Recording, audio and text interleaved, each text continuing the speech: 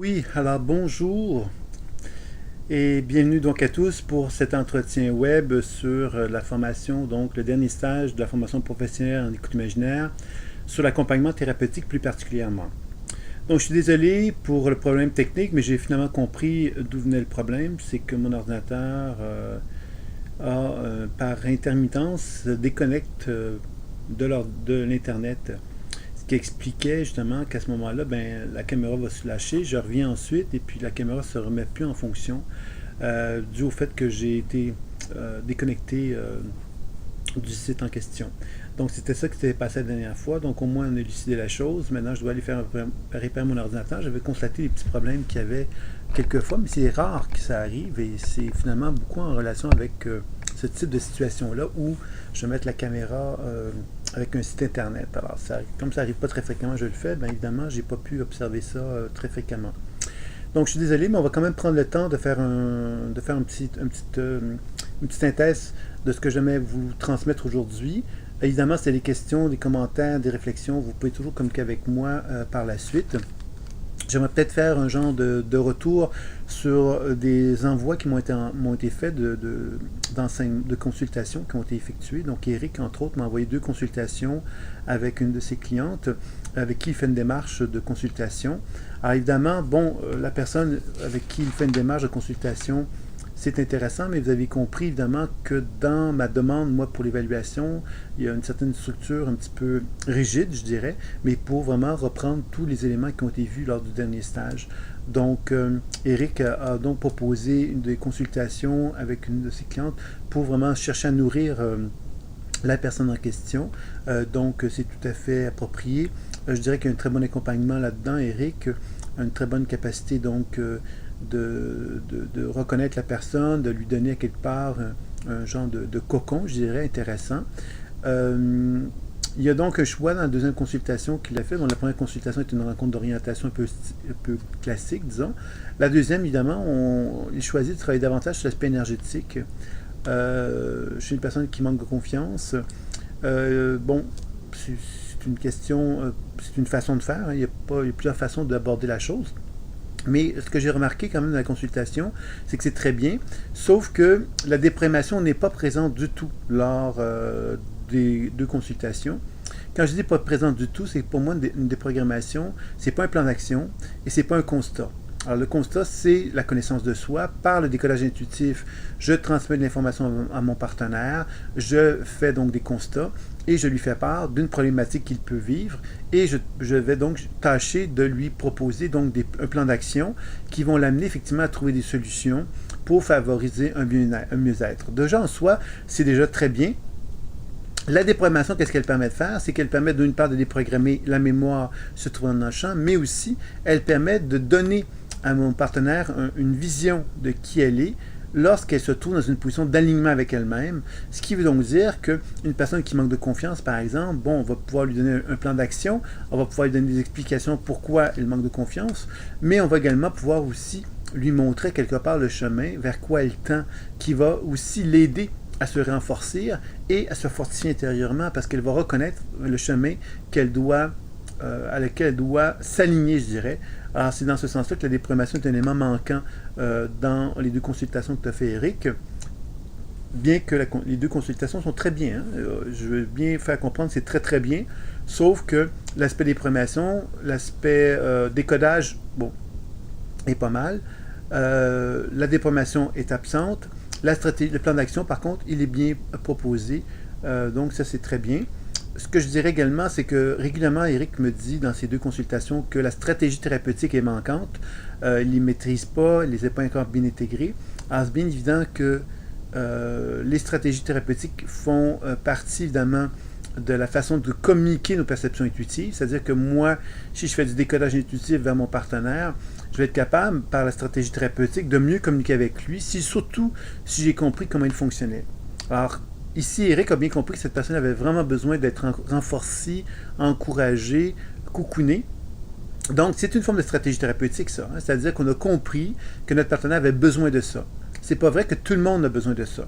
Donc, Eric a compris que chez sa partenaire, il y avait donc un besoin d'être coucouné et que ce coucounage-là, bien évidemment, c'est une forme de stratégie thérapeutique Et bon, on va encourager notre partenaire, comme Eric le mentionne. Bien évidemment, c'est une stratégie thérapeutique que d'encourager, que de fortifier la confiance en notre partenaire. Donc, dans ce sens-là, Eric a commencé à intégrer la stratégie thérapeutique sans nécessairement la maîtriser complètement, mais il y a un élément qui est à ce niveau-là. Et ce que je vais vous dire, c'est que il y a une évaluation sur l'ensemble de la formation qui va vous être proposée, une évaluation théorique, dans laquelle il y aura donc, qui seront présentés sous forme de chapitres possiblement, et dans lequel il y aura effectivement un chapitre sur la stratégie thérapeutique, dans lequel vous auriez des mises en scène, des situations, des mises en situation, qui vous permettront sans doute de mieux intégrer cette notion-là. Ça m'amène à parler d'Isabelle Sago, qui a également envoyé un compte-rendu. Le compte-rendu qui m'a été envoyé, donc évidemment, c'est sur une personne. Alors, Isabelle, déjà, fait très peu de consultations à personne. Donc, bravo, Isabelle, de t'être lancée. Deuxièmement, la personne qui a accepté de faire la consultation n'est pas une personne qui est nécessairement très motivée, dans le sens qu'elle n'a pas une envie. C'est plus comme quelque chose qui se... Elle semble pas être motivée, en tout cas, d'après ce qu'Isabelle me dit. Elle a une problématique, c'est qu'elle ne ressent rien. Alors ça, c'est la problématique qui est là. Alors, il faut comprendre une chose, c'est que quand quelqu'un nous dit « je ne ressens rien », il faut déterminer dans un premier temps qu'est-ce que ça veut dire. Est-ce que ça veut dire qu'elle ne ressent rien dans le sens, par exemple, je pince la cuisse de cette femme et elle me dit « je ne ressens rien ». Je pince encore plus fort sa cuisse et elle me dit toujours « je ne ressens rien ». Ça serait vraiment un cas, évidemment, de dissociation majeure dans lequel la personne est vraiment donc développé une insensibilité extrêmement forte face à son corps.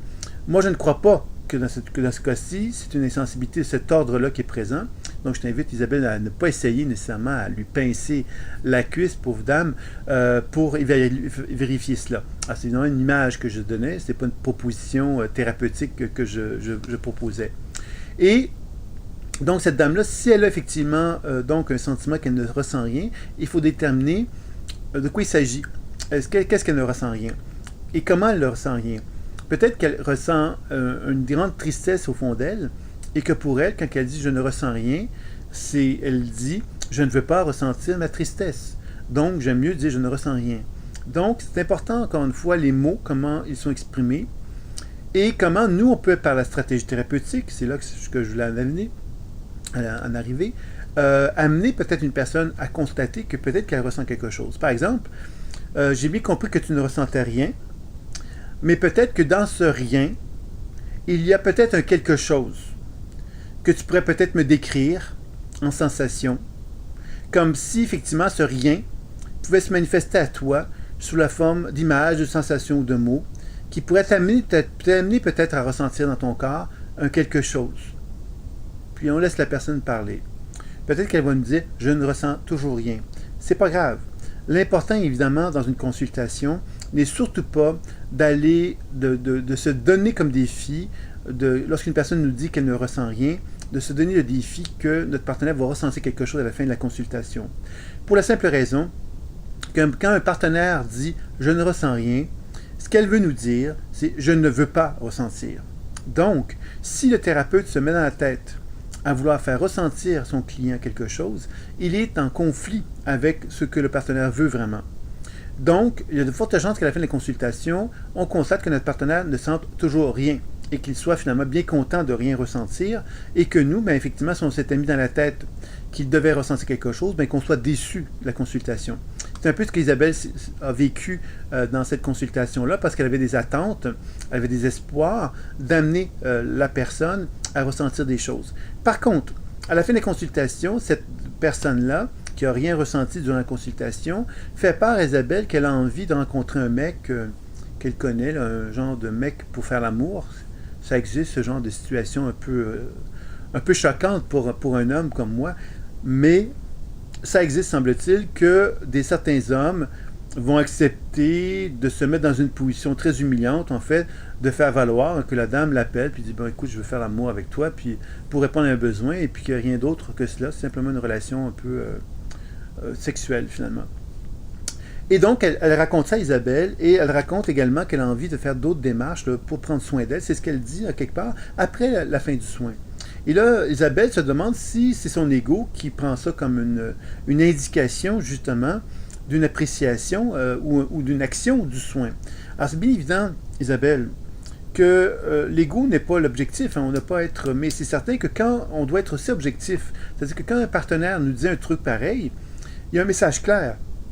Tout au long du soin, cette dame dit « je ne ressens rien » et à la fin, elle dit « ben tiens, j'aurais envie de faire telle chose, telle chose, telle chose, telle chose » dans lequel elle répondrait à des besoins qui sont en elle et donc elle ressent peut-être quelque chose pour avoir envie de faire quelque chose comme ça. On n'est pas obligé de la confronter là-dessus. On comprend derrière, entre les lignes que mon partenaire est en train de vivre les choses, qu'elle n'a pas exprimé clairement, qu'elle n'a pas partagé clairement avec moi, mais il se passe quelque chose. Et quand on comprend cela, ben on se dit, ben voilà, on est en train d'entreprendre une démarche thérapeutique avec un partenaire qui pourrait peut-être avoir envie de venir nous voir d'autres consultations, tout en nous disant toujours qu'elle ne ressent rien, puis qu'effectivement, elle ne ressentira jamais rien non plus. L'objectif n'est pas qu'elle ressente quelque chose. Hein, une autre suggestion, une autre stratégie thérapeutique, c'est de donner beaucoup d'espace, en disant très bien, tu sais très bien comme moi que tu as déjà ressenti quelque chose, il y a plusieurs années peut-être. Peut-être que tu peux reprendre contact avec ces sensations corporelles que tu as déjà vécues et qui étaient fortement agréables. Et tu sais comme moi qu'un jour ou l'autre, tu ressentiras de nouveau des sensations agréables comme celles que tu as vécues dans le passé. Il suffit simplement d'être réceptive à cela. Et un jour, elles se manifesteront à toi tout naturellement. Alors, ce sont des suggestions qui invitent quoi? Qui invitent notre partenaire à lui dire, regarde, tu ne ressens rien aujourd'hui, c'est parfait, ça ne me dérange pas. Mais tu sais comme moi, et tu es tout à fait juste de toute façon, qu'un jour ou l'autre, il y en aura des sensations. Elle ressentira quelque chose. Alors, on ne se bat pas avec elle, on ne fait que simplement lui induire des petites suggestions comme ça, de temps à autre, ça peut juste aider dans le processus, dans ce type de processus-là. L'autre chose que j'avais à dire par rapport à la consultation avec Isabelle, alors évidemment, quand un partenaire dit « je ne ressens rien » quand on lui demande un feedback, bon, par exemple, si je donne une information intuitive et que mon partenaire me dit « je ne ressens rien, ça ne me dit absolument rien », ben, on pourrait demander des précisions. On pourrait demander à mon partenaire « mais qu'est-ce que tu veux dire? Est-ce que ça veut dire que ça te parle pas du tout, que tu ne te sens pas relié du tout à ce que je te dis, par exemple ?»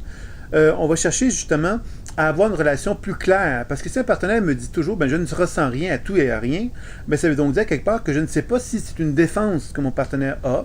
Par exemple, je ressens un tas de choses, mais comme je ne veux pas le ressentir, je dis « je ne ressens rien ». C'est une façon, une forme d'affirmation qu'une personne pourrait avoir développée pour éviter d'expérimenter justement le ressenti. Donc, dans une collaboration où on échange avec notre partenaire, où on dit en mots des choses, il est important quand même d'avoir un échange qui fait qu'on apprend aussi à identifier quelque part dans notre partenaire ce qu'il veut communiquer. Hein? Alors quand il dit « je ne sens rien », ben c'est important qu'on sache qu'est-ce qu'il veut me dire. Tu veux dire quoi par « je ne ressens rien » ? Ça veut dire quelque part que ce que je te dis te fait rien ressentir, c'est correct, mais est-ce que ça sonne quelque chose en toi? Est-ce que ça éveille quelque chose en toi, au niveau psychologique par exemple? Alors, vous voyez, c'est qu'on peut segmenter les choses. Comme cette personne-là ne veut rien ressentir, elle peut peut-être, par contre, reconnaître qu'il y a des informations psychiques qui peuvent lui parler. Ça peut éveiller des images, des sensations, des mots qui ne concernent pas l'aspect corporel, mais plus au niveau psychique, au niveau activité cérébrale, etc. Donc, c'est toujours intéressant donc, de chercher à mettre en place une relation où on va situer notre partenaire dans l'espace dans lequel il se trouve pour être capable de communiquer avec lui. Alors, si notre partenaire est très à l'aise dans le psyché, par exemple, dans le mental, on va peut-être plus travailler dans le mental et on va délaisser carrément l'aspect corporel puisque les sensations ne sont pas reconnues et on ne va pas chercher à solutionner ça pour tout de suite. On va plutôt chercher justement d'abord et avant tout à nourrir son mental, puis peut-être qu'à la fin de la consultation, après avoir été entendu et reconnu par les informations mentales qu'on donne à notre partenaire, on pourrait très bien dire, ben voilà, maintenant ce que je vais faire, c'est que je vais prendre l'énergie mentale de ta tête et je vais la faire descendre dans ton corps. Et peut-être que tu vas ressentir quelque chose, peut-être tout de suite, peut-être dans 1 heure, peut-être dans 2 jours, peut-être qu'à un moment donné, tu le ressentiras. Mais qu'importe, tu sais comme moi qu'un jour ou l'autre, ça se manifestera, ces sensations, et tu prendras le temps à ce moment-là de les accueillir. Alors, c'est des choses comme ça qui pourraient être effectuées dans une situation comme celle-là, mais c'est clair que la personne a donné des signes déjà que le soin avait eu un impact sur elle. Donc, quand Isabelle se demande si elle devrait poursuivre, moi je dis qu'il y a des signes quand même intéressants qui indiquent qu'elle a donc quelque chose qui est présent. Donc moi je dirais oui, pourquoi pas poursuivre dans un cas comme celui-ci, en comprenant par contre qu'on ne doit pas chercher à se débattre avec mon partenaire pour essayer de le faire ressentir des choses, mais plutôt justement par les stratégies thérapeutiques très ouvertes, d'amener notre partenaire tout doucement à reconnaître que son corps est un corps sensible, est un corps émotionnel. Donc, c'est évident que tout ce niveau de sensibilité-là, quelque part, cache sans doute une sensibilité puis une émotion qu'elle ne veut pas connecter. Donc, tout doucement, avec de l'information intellectuelle qu'on va lui transmettre par nos perceptions intuitives, on va l'amener inévitablement à reconnecter avec ses sensations corporelles. Et tout doucement, on va l'amener, sans dire qu'elle ressent quelque chose, on va l'amener à constater qu'il se passe quelque chose en elle. Et c'est comme ça que tout doucement, ça va se remettre en branle, je dirais. Donc, s'il y a quelque chose là-dessus, de toute façon, Isabelle, tu pourras toujours me revenir. Pour Eric, même chose. Vous pouvez revenir avec moi pour des questions plus personnellement. Je voulais donc les présenter d'une façon plus globale, les deux consultations. Mais ce qui ressort également, c'est la déprogrammation chez toi, Isabelle, aussi. Il n'y a pas de déprogrammation vraiment. Et la déprogrammation est intéressante, surtout pour une femme qui ne ressent rien. Ce serait intéressant, évidemment, de l'amener à concevoir une image d'elle alignée, dans laquelle elle pourrait se retrouver dans une position de plus grande ouverture pour ouvrir davantage à l'idée qu'elle pourrait ressentir quelque chose. Donc ça, c'était un peu mes commentaires pour le travail d'Isabelle. Rétrospective maintenant, donc, du dernier stage, je me suis rendu compte finalement que le stage avait été très riche parce que, bon, en regardant simplement les propositions que je vous faisais, il y avait donc énormément de possibilités dans un cadre de suivi que vous pourriez donc utiliser dans les consultations. C'est ce que je vais essayer de vous présenter. Alors moi, je vous proposais 5 suivis de 5 consultations. Alors, ça peut paraître beaucoup, mais en même temps, c'est peu. Quand on prend le temps, quelque part, de comprendre, évidemment, que l'idée de ça, c'est de vous amener à accompagner une personne, donc à un certain nombre de consultations, 5, et que dans ces 5 consultations, il y ait quelque chose de défini, de préétabli, un peu rigide, qui vous oblige donc à toucher plusieurs éléments de ce que nous avons vécu tout au long de la formation. Donc la rencontre d'orientation, évidemment, qui nous servirait idéalement, et là je dis idéalement, à travailler sur l'énergétique, le psychique et le transpersonnel. Alors encore une fois, on fait une rétrospective de tout ce qui a été vu lors de la formation.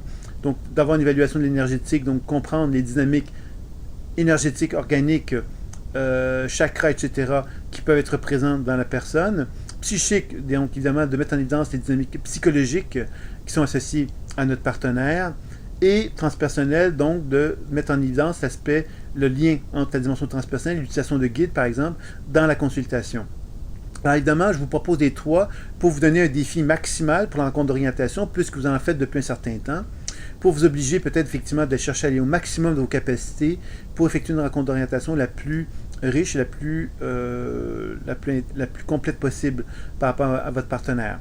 Évidemment, après une rencontre d'orientation, vous avez vu les 3 aspects. Il serait normal que vous me proposiez une stratégie thérapeutique qui va viser justement à atteindre un certain objectif et un objectif dans lequel vous allez avoir reconnu que votre partenaire a certains besoins et vous allez donc travailler pour que ces besoins-là puissent être répondus.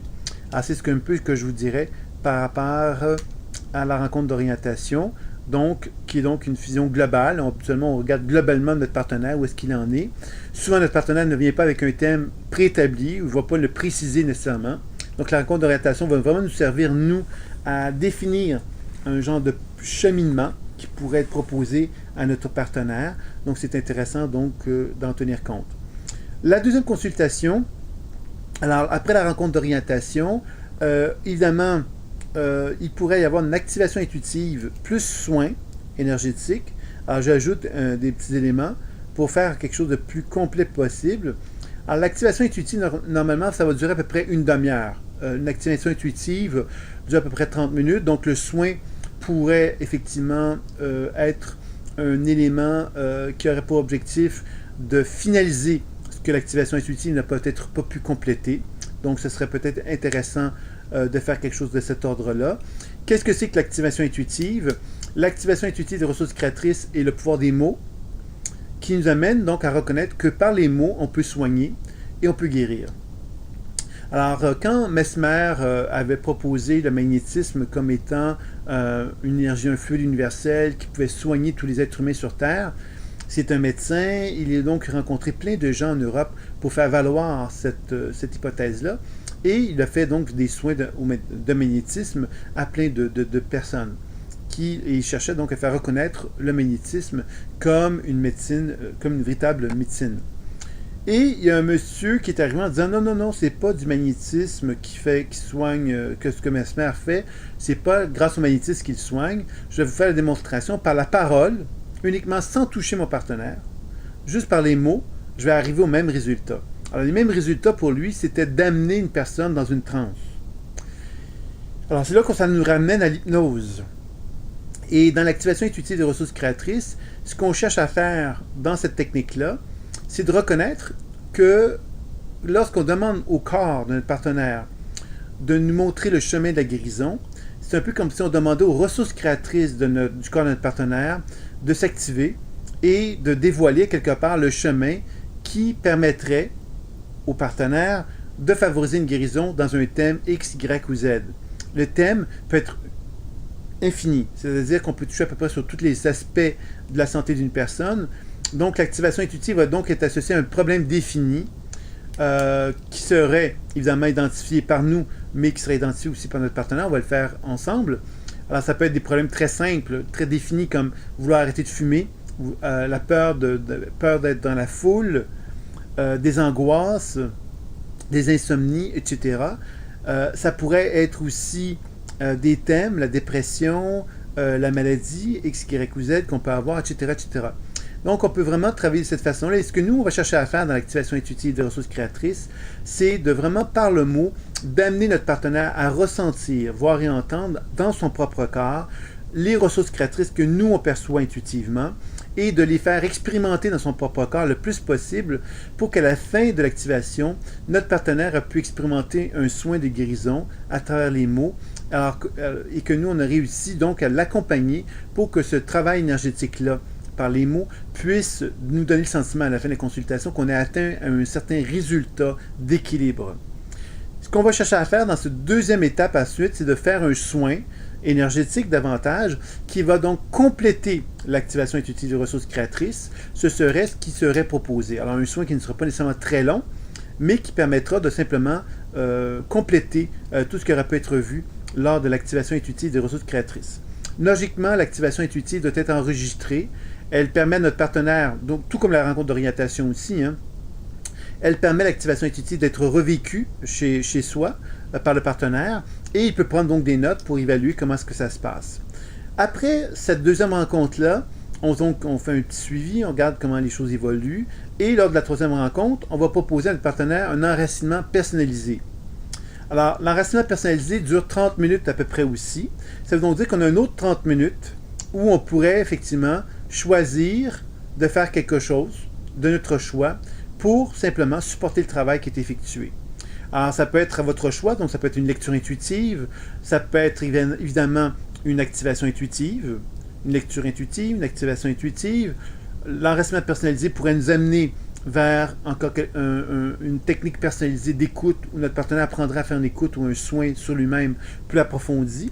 Ça pourrait être une technique projective, comme la technique de la chaise, par exemple, ou le dessin.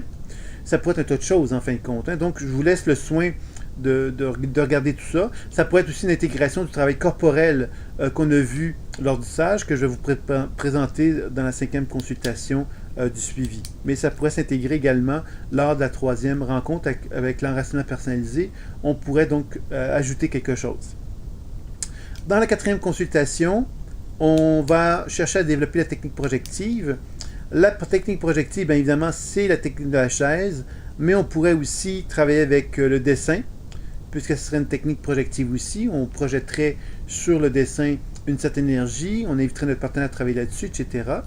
On pourrait aussi, donc la technique, ouais, c'est ça, technique de la chaise, technique du dessin, ça serait sensiblement des techniques comme celle-là qui pourraient être utilisées. On pourrait aussi travailler avec une poupée, si on veut travailler d'une façon différente, ce qu'on n'a pas fait dans le stage, mais bon, une poupée ou une marionnette ou une figurine pourrait aussi être utilisée pour faire une technique projective de ce type-là.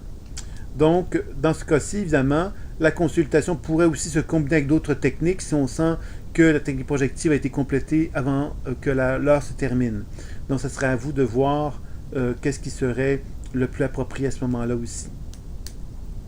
La 5e consultation propose de faire un travail psychocorporel avec un rituel. Alors, ça veut dire quoi? C'est-à-dire qu'on va chercher donc à amener mon partenaire à faire un travail de participation dans lequel je vais percevoir quelque chose. Je vais l'inviter justement peut-être à participer. Là, on rejoint donc l'enseignement personnalisé. Ça serait une option. Je pourrais aussi constater qu'il n'est pas prêt à participer véritablement. Donc moi, ce que je ferais, ce serait peut-être effectivement le faire participer en accueillant les mouvements énergétiques que je pourrais effectuer par des soins énergétiques, par des soins corporels. Donc, ça sera à voir au niveau des notes. Hein. On avait vu un petit peu comment ça pouvait se faire. Et le rituel pourrait servir d'effet placebo, c'est-à-dire qu'on pourrait créer des conditions favorables pour libérer un certain nombre de choses. Par exemple, si une personne est convaincue d'être possédée, bien évidemment, on pourrait faire un genre de rituel élaboré avec des chandelles, etc. Si on sent que la personne a besoin de ça, on pourrait créer des conditions favorables pour vraiment amener une certaine libération. Donc, on comprend que le rituel, il sert à quoi? Il sert à mettre en scène, d'un contexte théâtral, des conditions favorables pour que le processus de guérison puisse se compléter. Et ça rejoint un peu ce qu'on avait vu dans l'écoute imaginaire dynamique, où on peut intégrer donc le mouvement, donc la danse, ça peut être la danse rituelique, la danse sous forme de transe. On peut mener le son. Le son, ça peut être des mantras, ça peut être des chants sacrés, ça peut être des sons. On peut également intégrer la notion du dessin, ça peut être des mandalas, ça peut être encore là évidemment des dessins projectifs, donc thérapeutiques, qui peuvent être effectués aussi dans un contexte de rituel. Ça peut être aussi des dessins qui sont représentatifs finalement d'une forme d'inspiration, hein, un genre d'inspiration de ce qu'on est en train de devenir, mais quelque chose qui soit plus inspiré, donc un dessin qui pourrait être aussi utilisé comme ça. Les odeurs pourraient être utilisées. On sait que les odeurs sont très importantes souvent dans les rituels. Donc, ça peut être des odeurs d'encens, etc., qui peuvent nous amener effectivement à favoriser une expérience encore plus importante. Donc, et puis les rituels, donc les mises en scène, comme on les a vus, qui pourraient être tout aussi importantes à ce sujet-là. Donc, on travaille à ce niveau-là et finalement, on prévoit du temps pour faire un genre de bilan d'évaluation, c'est-à-dire qu'on fait un genre de tour d'horizon avec notre partenaire de où est-ce qu'il en est, où est-ce qu'il est parti et où est-ce qu'il en est rendu dans le cheminement qu'on a effectué avec lui.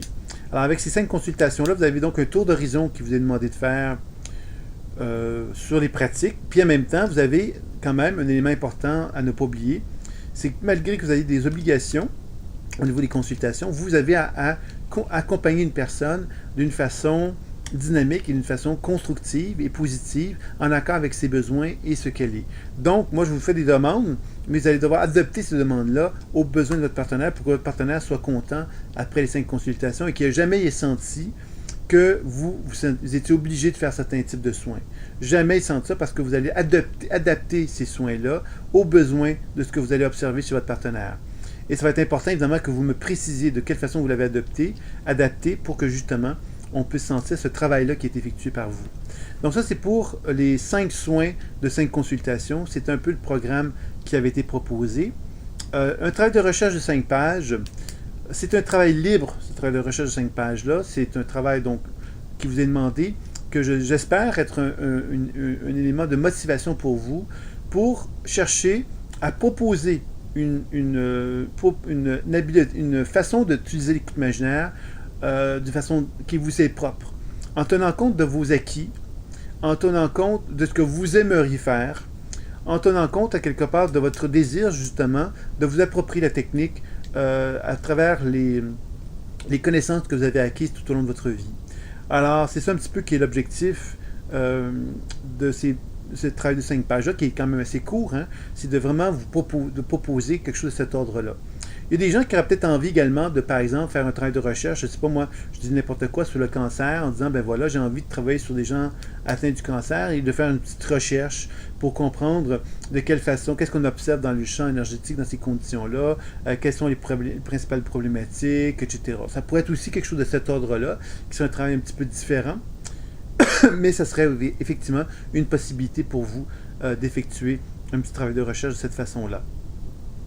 Donc, vous pourriez travailler sur différents thèmes si vous en avez envie, en considérant cette réalité-là. Donc, c'est pour le travail de recherche de 5 pages. Vous avez également à évaluer votre habileté à effectuer un suivi Et quand je dis effectuer un suivi, il s'agit d'un suivi personnel et non pas d'un suivi vers une autre personne. Puisque les 5 consultations que vous allez faire, les 5 suivis que vous allez faire, vont vous permettre de me démontrer que vous êtes capable de faire des suivis sur des personnes. Mais moi, je vais vous demander de me faire la démonstration que vous êtes capable de faire un suivi personnel. Faire un suivi personnel, ça ne veut pas dire que vous n'avez pas besoin de thérapeute. Mais ça veut dire que vous êtes capable de développer une certaine autonomie envers vous-même qui fait que si vous rencontrez des problématiques importantes dans votre vie, que vous soyez capable de les auto-régulariser par certaines actions que vous pourriez effectuer sur vous-même par la pratique de l'écoute imaginaire. Alors, il va sans dire que moi, j'ai déjà un regard sur cet aspect-là de la pratique personnelle pour certaines personnes que je sais, bon, par exemple, que certaines personnes n'ont pas fait ce suivi personnel-là tout au long de la formation. Il y en a d'autres, par contre, qui ont pu, peut-être davantage, intégrer la pratique de l'écoute imaginaire dans leur vie d'une façon plus personnelle et d'autres beaucoup moins. Donc, c'est évident que moi, je vais me retrouver dans une position où je vais devoir faire part de ce que j'observe et c'est évident qu'il va y avoir donc évidemment peut-être la possibilité de vous demander de faire un suivi, de me faire la démonstration d'un suivi que vous pourriez faire personnel sur vous-même, de me faire la démonstration que vous êtes capable de faire un suivi et que vous êtes capable donc de cheminer à travers ça. Et si vous n'êtes pas capable, bien inévitablement, je vais vous demander de suivre, de consulter d'autres intervenants qui vont pouvoir vous aider justement à faire la démarche pour que vous arriviez à trouver un équilibre. Je ne peux pas concevoir qu'un thérapeute puisse faire une démarche de thérapeute s'il n'a pas un minimum de gestion de lui-même. Un minimum, ça ne veut pas dire d'être parfait, ça ne veut pas dire de connaître parfaitement qui on est, mais d'avoir une capacité de trouver un certain équilibre dans sa propre vie pour être capable, donc, justement, de pouvoir aider les gens avec ce minimum d'équilibre-là. Donc, ça va être quelque chose que je vais demander et je vais être pas exigeant, mais je vais quand même demander à quelque part un minimum de choses à ce sujet-là, parce qu'évidemment, pour vous remettre le diplôme, je me sens obligé, à quelque part, de vous demander un certain nombre de choses qui m'apparaissent fondamentales, et ça fait partie pour moi des démarches fondamentales qui vous seront demandées. Il y aura une évaluation comparative. Certains d'entre vous, peut-être que vous vous êtes demandé qu'est-ce que c'était. En fin de compte, c'est que parmi les 5 suivis qui vont vous être faits, je vais, moi, déterminer qu'il y en a un parmi les 5 qui est le moins réussi. Ce moins réussi-là, je vais demander à d'autres intervenants, d'autres personnes que vous connaissez, d'autres collaborateurs, d'autres amis, d'autres étudiants que vous, dans le même groupe de formation, de pouvoir faire un suivi sur ces personnes-là, de me faire un compte-rendu à distance de ces personnes-là, pour que moi, je puisse ensuite vous parler de cette évaluation comparative dans laquelle d'autres personnes poseront un regard sur votre consultation que vous avez fait ou le suivi que vous avez fait avec une personne. Alors ça va permettre de faire quoi? Ça va simplement permettre d'évaluer, à quelque part, votre habileté justement à, donc d'une part, faire du décollage intuitif, faire des déprogrammations et des soins dans un contexte de suivi. Les gens qui vont faire une consultation vont être là uniquement pour vous donner un avis général de la situation énergétique dans laquelle vous vous trouvez par rapport à une personne. Alors, si évidemment c'est en accord, vous êtes en accord avec ce qui est perçu, bien évidemment, ça sera juste une confirmation que le travail que vous avez fait est dans une bonne direction. Si évidemment il y a des contradictions, bien là évidemment ça nécessitera qu'on aille un peu plus loin dans l'expertise pour arriver à comprendre ce qui est là. Évidemment, moi aussi je vais participer à ça, donc on va pouvoir arriver avec cette visualisation comparative-là à donner un genre de regard peut-être plus arrêté, je dirais, plus constructif par rapport à la démarche qui aurait été effectuée dans le cadre du suivi. Donc c'est ça un peu l'objectif de ça. Et puis finalement, il y a une évaluation théorique sur l'ensemble de la pratique. Cette évaluation théorique-là va vous être présentée sous forme de questions qui vont vous mettre en situation dans divers thèmes de la formation. Ça inclut donc la formation de base, ça n'inclut pas seulement donc la formation professionnelle. Donc il y aura donc des thèmes qui vous seront proposés tout au long de ce questionnaire-là, qui vont vous demander donc, non pas de revisiter vos notes. Dans certains cas, peut-être que vous allez avoir sentir le besoin de le faire, mais comme ce sont les mises en situation, ça va être donc évidemment de répondre aux mises en situation. Alors, il y a donc des thèmes et ça va vous demander peut-être que de revenir sur vos notes pour vous être capable de bien répondre à ça. Prenez le temps de bien répondre. C'est un élément qui va vous permettre aussi donc d'avoir une évaluation. Alors, tout ça, en fait, vous vous en rendez compte, c'est un petit peu plus exigeant, un petit peu plus rigoureux peut-être au niveau des demandes que j'ai par rapport à la formation professionnelle. Mais je me suis dit, bon, j'ai remarqué que beaucoup d'entre vous, au niveau des consultations, au niveau par exemple du décodage intuitif, beaucoup d'entre vous n'ont pas encore beaucoup pratiqué le décodage intuitif, vous n'avez pas encore été bien intégré, toutes les dynamiques psycho-énergétiques, la dynamique des organes, des systèmes, n'est pas intégrée par la plupart d'entre vous. La dimension psychique, il y a plusieurs thèmes qui n'ont peut-être pas été tellement travaillés par chacun d'entre vous aussi. Dans la dimension transpersonnelle, l'utilisation des guides ne semble pas être quelque chose qui est très bien intégré non plus dans la pratique que vous effectuez. Donc, ça, c'est des petits éléments que j'ai observés tout au long des pratiques. Donc, il y a un manque encore de confiance dans le travail intuitif, à mon sens, à moi, qui est présent encore. Donc, évidemment, je dois donc être attentif à vous exiger de vous un certain nombre de choses pour vous assurer que vous allez aller au bout de vos capacités, non pas de vous asseoir sur vos lauriers. Puisque ce serait un peu dommage, puisque je constate qu'on vous pourrait aller plus loin par rapport à ces aspects-là. La déprogrammation, je constate encore juste par Eric et puis Isabelle aujourd'hui que la déprogrammation n'est pas quelque chose comme pleinement intégré. C'est pourtant quelque chose de fondamental, c'est quelque chose d'important, qui avait été acceptable dans la formation de base, mais je trouve que la formation professionnelle, donc, on devrait enrichir les consultations de la déprogrammation d'une façon constante et continue. Ça devrait faire partie du travail. Donc, c'est pas acceptable pour moi qu'on me revienne avec des documents, avec des comptes rendus où la déprogrammation ne soit pas vraiment présente. C'est quelque chose qui m'apparaît normalement acquise, devrait être acquis actuellement. Les soins psychoénergétiques, évidemment, la dynamisation psychoénergétique des fascias, entre autres, qui n'a pas été tellement pratiquée, à mon sens à moi. On a développé des techniques de soins dans lesquelles on se sentait à l'aise, mais les fascias n'ont pas été tellement explorés. Je l'ai toléré, hein. C'est un peu moi qui en est responsable. J'ai laissé un peu les choses aller par rapport à ça. Je voyais que des gens n'avaient pas tellement, qui n'allaient pas dans cette direction-là. Mais c'est bien évident que avec le travail corporel, avec le travail d'accompagnement, on peut vraiment intégrer très bien le travail des fascias. Donc, je pense que c'est intéressant, évidemment, de revenir sur ces techniques-là également. Et puis, globalement, c'est un peu ça. Donc, les stratégies thérapeutiques aussi, qui ont été très élaborées lors du dernier stage, mais quand même qu'on avait vu dans d'autres stages aussi, qui n'ont pas été tellement intégrés également. Donc, on va sans doute chercher donc à peaufiner tout ça pour le dernier virage, comme on dit. Donc, c'est un petit peu ça que je voulais vous transmettre aujourd'hui. En termes de délai par rapport aux 5 suivis, etc., je pense que je ne peux pas vous imposer des délais trop serrés, ça ne servirait à rien, puisque si vous n'avez pas le temps de les faire, ça ne me donnera rien. Alors, nous, on est donc au mois de décembre, donc je me suis dit que possiblement qu'au mois de juin, ce serait envisageable de penser que vous pourriez être proche de la fin. Évidemment, si ce n'est pas le cas, je serais prêt donc à remettre ça à septembre, qui suivrait. On serait toujours en 2015 à ce moment-là. Mais septembre 2015 m'apprêterait comme date limite pour compléter le tout. Donc les 5 suivis de 5 consultations et tout le reste. Alors évidemment, je vais donc revenir vers vous pour faire un autre entretien web suite au départ, suite aux questions que vous pourriez avoir, mais également suite aussi au début des suivis thérapeutiques. Alors, si vous pouvez commencer les suivis thérapeutiques, ce serait bien. Je vais donc attendre un peu de voir un peu comment vous êtes capable de me donner des suivis thérapeutiques en termes de consultation, en rencontrant les thèmes, puis voir un petit peu comment ça évolue, pour qu'on puisse se rencontrer ou se parler pour faire un point. Peut-être après avoir fait un bilan, moi ça serait intéressant, j'aimerais ça pouvoir faire un point après que chacun d'entre vous ait fait un suivi de 5 consultations.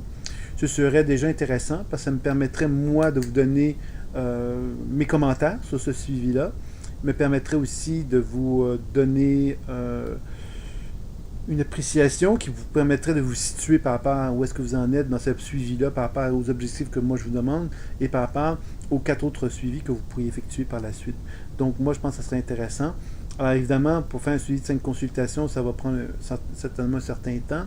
Je me dis que pour être réaliste, je pourrais vous dire que je serai jusqu'au mois de mars, qu'on pourrait faire quelque chose comme ça. Évidemment, d'ici ce mois-là, peut-être que vous allez avoir envie qu'on puisse se reparler. Je serais ouvert à l'idée, de toute façon, c'est pas un problème. Il faut juste qu'on puisse statuer de l'évolution, de comment est-ce que ça va. Alors moi, j'aurais besoin d'avoir votre feedback à ce moment-ci. Donc, si vous pouvez me donner un feedback en me disant, bon, ben moi, je me sens à l'aise. Si je vous dis, bon, mars, parce qu'on est en décembre, janvier est un mois un peu plus... décembre, janvier sont des mois un peu plus actifs avec le temps des fêtes. Ça nous amène donc la reprise en janvier. Donc, disons qu'on commence en février vraiment à se lancer dans les suivis et on se termine donc en mars. Donc, pour moi, on pourrait envisager que le 1er avril, quelque chose comme ça, on pourrait avoir fait un premier suivi de 5 consultations et qu'en avril, on pourrait donc partir d'une rencontre web pour voir un petit peu ce que ça en est. Alors ça, c'est une proposition que je vous fais. Ensuite, donc évidemment, je vous donnerai jusqu'en septembre pour faire la finalisation des suivis. Par contre, on pourrait très bien se reparler en juin pour ensuite donc évaluer où est-ce que vous en êtes par rapport à la démarche des suivis. Donc je pense que j'aurais peut-être pu avoir la chance d'avoir un ou deux autres suivis à ce moment-là. Donc on pourrait peut-être se retrouver avec 3 suivis pour juin. Et vous auriez à ce moment-là un avis, encore une fois, sur ce qui se passe et je pourrais répondre à vos questions, vos difficultés que vous avez rencontrées, etc. Et donc, en septembre, ce serait le dernier appel pour qu'on puisse regarder effectivement comment ça a été. Alors, évidemment, je pourrais vous situer sans doute qu'entre juin et septembre, il y aurait sans doute à ce moment-là une proposition d'évaluation comparative qui commencerait à se manifester, donc vous auriez une consultation à faire une mini consultation à faire sur des personnes qui vous seraient demandé de faire, des consultations qui seraient plus sommaires qu'une consultation classique d'une heure par exemple, mais qui permettraient donc, parce qu'on est plusieurs, de pouvoir donner un avis sur un partenaire qui pourrait donc avoir un avis de plusieurs personnes pour déterminer est-ce que son travail, est-ce qu'il est en harmonie avec le travail que les autres font, est-ce qu'on arrive au même résultat, etc., pour arriver donc à une idée la plus globale, la plus complète possible par rapport à la démarche. Donc voilà, c'est un peu ce que j'avais à vous dire. Je suis encore désolé pour la problématique qu'on a rencontrée. Je vais aller réparer mon ordinateur, j'espère donc que tout va être réglé très bientôt. Alors moi, je vais vous laisser sur ce que je viens de vous dire. Pour l'évaluation théorique, je vais tâcher de compléter ça pour que vous ayez ça dans les prochains jours. L'évaluation théorique, qui sera donc à remettre d'ici donc le délai. Moi, je me dis qu'en juin, normalement, vous devrez être capable de me remettre sans doute l'évaluation théorique. L'évaluation de votre habileté à effectuer un suivi personnalisé, ce serait une demande écrite. Je pense que vous allez m'écrire un texte me disant est-ce que vous avez effectivement une impression, est-ce que vous avez le sentiment d'avoir, premièrement, effectué un suivi sur vous-même qui est juste, qui est approprié. Vous allez me donner une note sur 10. Vous allez m'expliquer ensuite en quoi vous êtes satisfait ou en quoi vous êtes insatisfait du travail que vous avez fait. Et à partir du moment que vous me dites que vous êtes satisfait, bon ben, je présume que ça voudrait dire que vous allez avoir une stratégie de poursuivre la démarche que vous avez effectuée. Et si vous êtes insatisfait, vous allez sans doute me faire une proposition de ce que vous pourriez faire pour favoriser donc la gestion de vous-même, pour que vous puissiez rétablir la situation, pour que vous ne soyez plus insatisfait de la démarche que vous êtes en train d'effectuer. Concernant donc, alors pour cet aspect-là donc de l'évaluation de votre habilité, donc ça serait quelque chose qui se ferait à part. Je pense que d'ici avril, tout le monde devrait avoir pu me donner une évaluation de leur habilité et me faire une proposition aussi pour commencer à cheminer à ce niveau-ci, pour qu'ils se sentent plus autonomes dans leur démarche personnelle. Pour l'évaluation théorique sur l'ensemble de la pratique, donc l'évaluation, l'examen, tout ça, d'ici avril aussi, je pense qu'on devrait être capable de compléter ça. Pour le travail de recherche de 5 pages, je pense qu'avril aussi, ça devrait être possible d'envisager de finaliser ça. Alors, ce sont évidemment des propositions que je vous fais. Moi, j'aimerais ça que vous puissiez me répondre par mail, chacun d'entre vous, afin que vous puissiez me dire effectivement, est-ce qu'on peut envisager qu'en avril, on ait fini ça, donc début avril, qu'on ait complété tout ce que je vous ai demandé. Qu'en juin, il y a donc en avril un appel téléphonique, un entretien web pour voir où ce que vous en êtes. En juin, un autre entretien web pour faire un genre de bilan des suivis que vous auriez complétés à 3 sur 5, normalement, 3 suivis sur 5 vous auriez complété. Et en septembre, bon, pour vraiment faire une supervision finale, pour faire part des 5 suivis que vous avez complétés, de vous faire part un petit peu de l'ensemble de l'évaluation de vos dossiers. Ça se ferait en groupe, tout ça, mais évidemment, il y aurait une rencontre sans doute individuelle qui serait effectuée après cette rencontre en groupe, dans le même courant, peut-être en septembre, chose comme ça, et qui pourrait permettre donc de clore la formation professionnelle. Donc voilà, alors c'est un peu l'ensemble de ce que j'avais à vous dire. Donc j'espère que c'était clair, et si vous avez des questions, n'hésitez pas, vous pouvez toujours m'envoyer des mails pour me faire dire, me dire ce que vous en pensez, et si ça vous apparaît approprié, ça vous apparaît effectivement logique, et si dans les temps que je viens de vous proposer, est-ce que ça correspond à ce que vous êtes capable de faire. Donc voilà, donc je vous remercie beaucoup. Excusez-moi encore pour le petit problème technique avec l'ordinateur. Je vais tâcher de le régler très bientôt. Alors je vous dis très bientôt, prenez soin de vous. Et donc, on va sûrement se dire joyeuses fêtes, mais je vous dis quand même, passez des belles fêtes là. Mais je suppose qu'on va se reparler d'ici ce temps-là avant que les belles fêtes arrivent. Voilà. À bientôt. Au revoir.